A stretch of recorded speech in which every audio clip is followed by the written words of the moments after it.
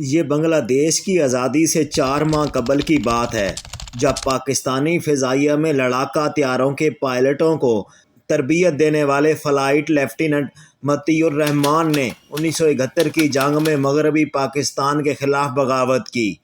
مطیع الرحمان نے 1971 کی جنگ کے دوران کراچی سے پاکستانی فضائیہ کا لڑاکا طیارہ اغوا کر کے انڈیا لے جانے کی کوشش کی، مگر وہ اس کوشش میں ناکام رہے اور طیارہ انڈیا کی سرحد کے قریب گر کر تباہ ہو گیا، جس کے نتیجے میں وہ اپنے زیر تربیت پائلٹ راشد منہاس کے ساتھ ہلاک ہو گئے۔ اس واقعے کے بعد پاکستان نے راشد منہاس کو ملک کے سب سے بڑے فوجی اعزاز نشان حیدر سے نوازا۔ ناظرین، طیارہ ہائی جیکنگ کا یہ واقعہ آپ نے پہلے بھی سنا ہوگا، لیکن اس میں چھپے بعض حقائق آپ تک نہیں پہنچے ہوں گے۔ کیا یہ صرف ایک طیارہ ہائی جیکنگ کا کیس تھا یا اس کے پیچھے کچھ اور بھی محرکات تھے؟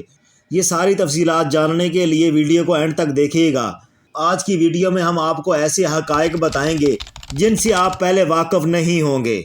ناظرین، مطیع الرحمان کا تعلق مشرقی پاکستان کے ایک متوسط خاندان سے تھا۔ وہ 21 فروری 1945 کو ڈھاکہ کے قریب رمنا نگر میں پیدا ہوئے اور وہیں کے پرائمری اسکول میں تعلیم حاصل کی، جس کے بعد انہیں مغربی پاکستان میں سرگودا کے PAF پبلک اسکول میں داخل کروایا گیا۔ 12ویں جماعت کے بعد انہوں نے اگست 1961 میں پاکستانی ایئر فورس میں شمولیت اختیار کی۔ انہیں جون 1963 کو general duty pilot branch commission کیا گیا اور وہ 1971 کی جنگ سے قبل پائلٹوں کو تربیت دینے کے فرائض سر انجام دے رہے تھے۔ دوسری طرف راشد منہاس تقسیم ہند کے بعد فروری 1951 کو کراچی میں پیدا ہوئے اور 1969 میں انہوں نے PFA اکیڈمی رسالپور کو جوائن کیا، جہاں انہیں بارورڈ اور T-37 طیارے اڑانے کی تربیت دی گئی۔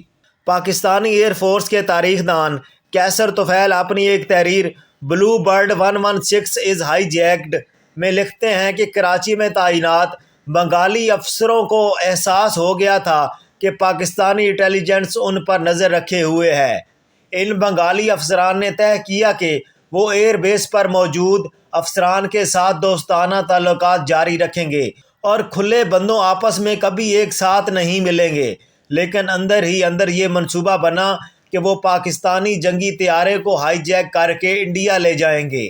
شروع میں 1 یا 2 F-86 ہائی جیک کرنے کا منصوبہ بنا، مگر انہوں نے اسے ترک کر دیا کیونکہ زیادہ لوگوں کی موجودگی سے شک پیدا ہو سکتا تھا، اور یہ بھی طے ہوا کہ سولو مشن پر جانے والے T-33 کو ہائی جیک کرنا آسان ہوگا۔ 20 اگست کو راشد منہاس نے اسکواڈرن کریو روم میں ناشتہ گرم کروایا۔ انہیں اس روز اڑان پر نہیں جانا تھا کیونکہ تنہا جانے کے لیے کراچی کے آس پاس موسم خراب تھا، لیکن اچانک موسم بہتر ہوا اور راشد منہاس سے کہا گیا کہ وہ اڑان کے لیے تیار ہو جائے۔ راشد منہاس اپنا ناشتہ بیچ میں چھوڑ کر فلائٹ لیفٹیننٹ حسن اختر سے پرواز کی بریفنگ لینے گئے۔ انہوں نے اڑان کے کپڑے پہنے، جلدی سے 2 گلاب جامن کھائے اور کوک کولا کے 2-3 گھونٹ لیے۔ مطیع الرحمان کے متعلق پاکستانی حکام کا دعویٰ رہا ہے کہ 20 اگست کو جب راشد منہاس مطیع الرحمان کے ساتھ تربیتی پرواز پر تھے تو مطیع الرحمان نے انہیں طیارے میں خرابی کا اشارہ کیا اور انہیں کلوروفارم سنگھا کر نیم بے ہوش کر دیا۔ اسی دوران مطیع الرحمان نے زمین پر موجود اپنے ساتھیوں سے کہا کہ وہ ان کے اہل خانہ کو کراچی میں انڈین ہائی کمیشن پہنچائیں کیونکہ وہ پاکستانی ایئر فورس کا طیارہ انڈیا لے کر جا رہے ہیں۔ پاکستانی فوج کے شعبہ تعلقات عامہ ISPR کی جانب سے شائع کردہ کتاب مون گلیڈ کے مطابق 20 اگست 1971 کو راشد منہاس تنہا T-33 کی دوسری پرواز کو ٹیک آف کے لیے تیار تھے۔ انہوں نے انجن چلایا اور تمام حفاظتی تدابیر کی یقین دہانی کی۔ گراؤنڈ پر عملے نے انہیں تھمز اپ کا اشارہ کیا، یعنی وہ اڑان بھر سکتے تھے۔ جیسے ہی انہوں نے اڑان بھرنے کی تیاری پکڑی تو ایک Bengali instructor pilot flight lieutenant Matiur Rahman نے انہیں رکنے کا اشارہ کیا۔ راشد منہاس کو لگا کہ شاید انہیں آخری لمحے پر کچھ اضافی ہدایات ملنے جا رہی ہیں۔ انہوں نے طیارہ روک لیا۔ مطیع الرحمان کھلی ہوئی کنوپی کے ذریعے پچھلے کاکپٹ سے زبردستی اندر داخل ہوئے، طیارے کا کنٹرول چھین لیا اور اڑان بھر کے طیارے کا رخ انڈیا کی طرف کر لیا۔ اس سے پہلے کہ راشد منہاس کچھ سمجھ پاتے، طیارہ رن وے پر دوڑنے لگا۔ راشد منہاس صرف اتنا کر پائے کہ انہوں نے 11:28 پر ایئر ٹریفک کنٹرول کو پیغام بھیجا کہ ان کے طیارے کو ہائی جیک کر لیا گیا ہے۔ ان کے مطابق مطیع الرحمان نے ممکنہ طور پر راشد منہاس پر دباؤ ڈالنے کے لیے پستول کا سہارا لیا، ورنہ خطرہ دیکھتے ہی انجن کو آف بھی کیا جا سکتا تھا۔ بنگالی افسر کیپٹن فرید نے اخبار ڈیلی اسٹار کے لیے 2006 کو ایک تحریر میں لکھا کہ میں دیکھ سکتا تھا کہ دونوں پائلٹ طیارے کے کنٹرول کے لیے آپس میں لڑ رہے تھے۔ مجھے اس وقت معلوم ہو گیا تھا کہ مطیع الرحمان انڈیا جانے کی کوشش کر رہے ہیں، کیونکہ انہوں نے نہ پیراشوٹ پہن رکھا تھا نہ ہی ہیلمٹ۔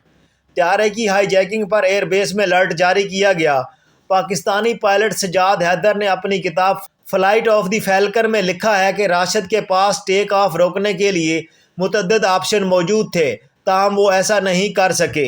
مطیع الرحمان خاصے تجربہ کار پائلٹ تھے اور انہوں نے رڈار سے بچنے کے لیے نچلی سطح پر پرواز کی، جس کی بدولت پیچھے روانہ کیے گئے طیارے انہیں تلاش نہ کر سکے۔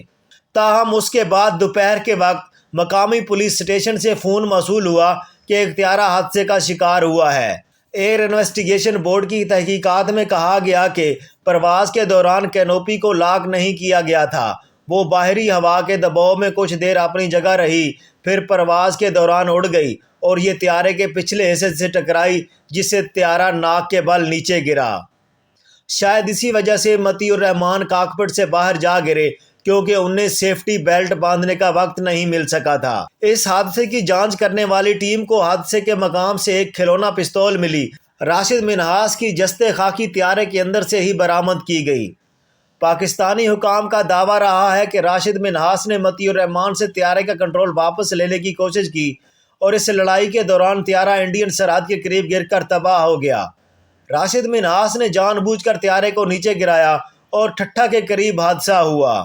پاکستانی تفتیش کاروں نے بعد ازاں اپنی تحقیقات کے بعد بتایا کہ مطیع الرحمان طیارے کے ساتھ انڈیا جانا چاہتے تھے تاکہ وہ بنگلہ دیش میں اپنے ساتھیوں کی حمایت کر سکیں۔ ایئر انویسٹیگیشن بورڈ کے سربراہ گروپ کیپٹن ظہیر حسین کا بھی ماننا تھا کہ نوجوان اور کم تجربہ کار راشد منہاس کاکپٹ میں فریز ہو گئے ہوں گے۔ جب اس وقت کے فوجی صدر یحییٰ خان کو پوری کہانی سنائی گئی تو انہوں نے کہا کہ یہ لڑکا نشان حیدر سے کام کا حقدار نہیں۔ بعد میں حکومت پاکستان نے راشد منہاس کو اعلیٰ ترین فوجی اعزاز نشان حیدر سے نوازا۔ ناظرین، راشد منہاس PAF کے واحد رکن اور سب سے کم عمر شخص ہیں جنہیں پاکستان میں اعلیٰ ترین فوجی اعزاز نشان حیدر سے نوازا گیا۔